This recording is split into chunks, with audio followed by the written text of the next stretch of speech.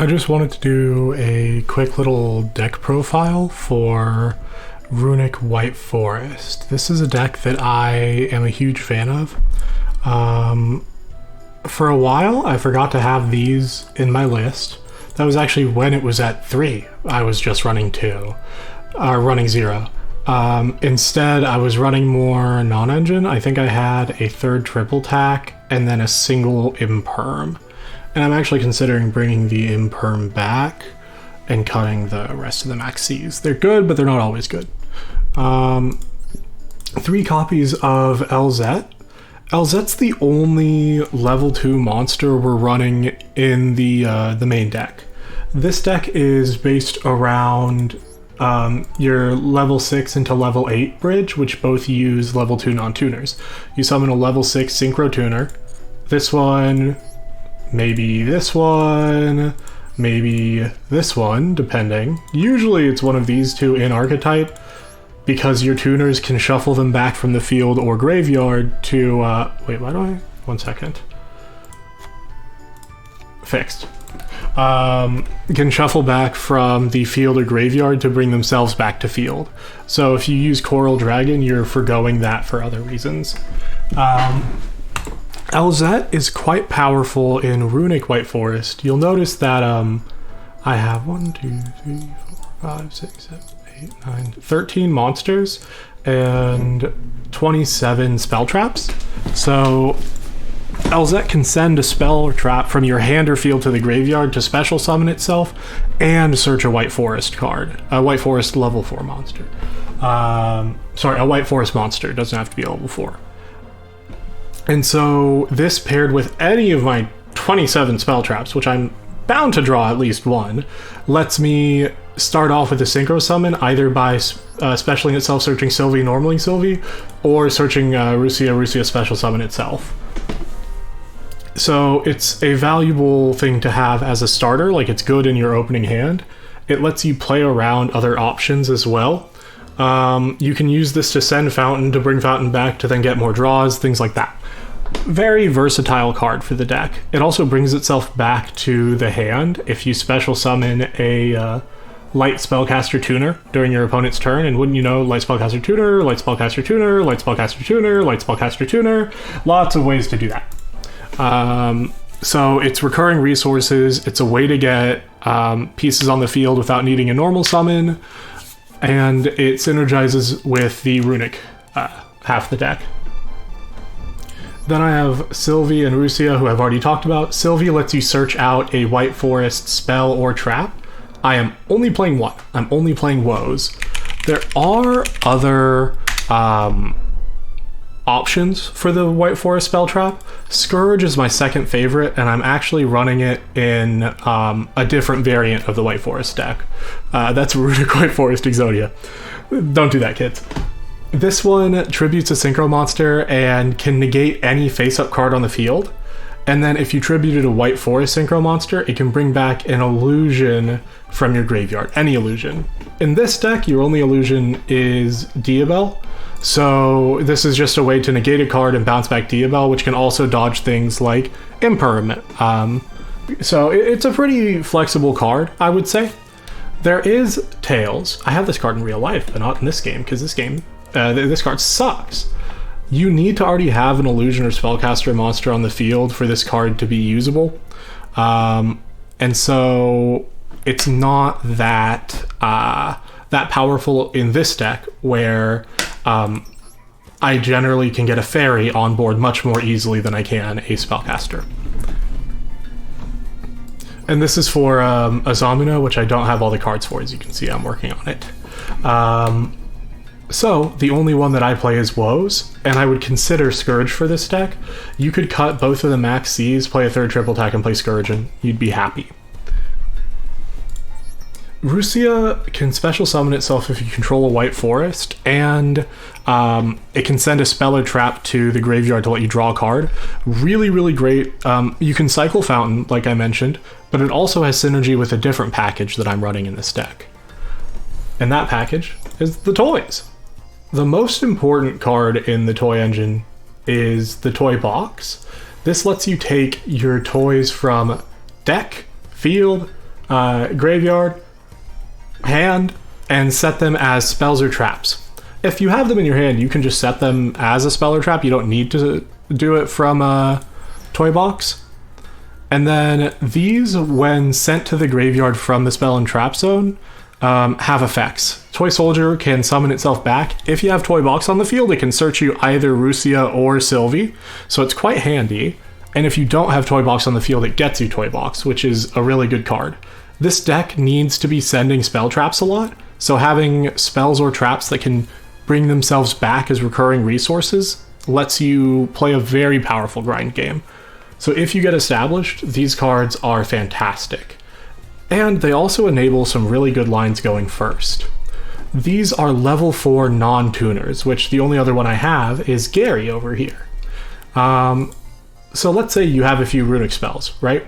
You can do something like normal Sylvie. If they negate it so you can't get to woes, you're fine. You would go summon Hugin, and then you would make something like rciela if you want. Rciela is the best for this. Rciela send Toy Soldier. So this is summon 3 rciela. Toy Soldier comes back as summon 4 and searches out whatever you want. You can get woes with rciela and then get rucia with this if you have enough runic spells, because I'm running 3 Hugins. Hello. Or you could just search Elzette with rciela and just commit to not having woes for this turn, which is fine if you already have the toys established, since you have a way to keep sending. It does take away 1 point of interaction, but it swaps it for another. So you could also do it in a different order, which lets you get both, but it's vulnerable to Nibiru. The point of this is you get an Omni before your 5th summon, or at your 5th summon. So you're at 4 summons with Toy Soldier and rciela on field. You have Elzette in hand. So you boom, sync those off for Barone. This is on the 5th summon. So now you can't be Nibiru'd because you have a negate for it. And then use Elzette, send the toy tank from field to grave. The toy tank will bring itself back. So you'll have Elzette, your level 2 non-tuner, and your toy tank on field, and you'll get to search out another White Forest monster, which at this point is not important. You could also have searched a second toy box. So I would actually search the second toy box if you don't have it, because you already get all the White Forest monsters you could ever want. And this way you're a little bit more resilient. But you use Toy Tank's effect, tribute itself, summon back out the rciela plus Elzette, then makes Diabell. And what's really important that I mentioned is you can send stuff like your Runick spells. So once you have Barone and you put out Elzette, you also can summon Rucia, use Rucia to send Runick Fountain to draw a card. Then you summon Diabell by using a Synchro Tuner. So if it's Synchro summoned using a Synchro Tuner, you can get any spell or trap in your graveyard and add it to your hand, which lets you replay Runick Fountain because it's not a hard once per turn. So then you can draw 3 more cards if you have that much gas in your hand. That's one option. Another card that I haven't talked about yet is Upstart Goblin, because nobody fucking plays this card. Excuse my language. This card's not that good in most decks. It's just a draw 1, but this is a deck slot that can be used for a really impactful hand trap or board breaker, or a piece like something in the Fiendsmith engine. This is 3 deck slots. But in this deck, this is kind of like Pot of Greed, because I can play Upstart Goblin, do my full combo, pick Upstart Goblin back up from my graveyard, and just play it again. So I get to generate a lot of card advantage with this, and it's basically never a dead card.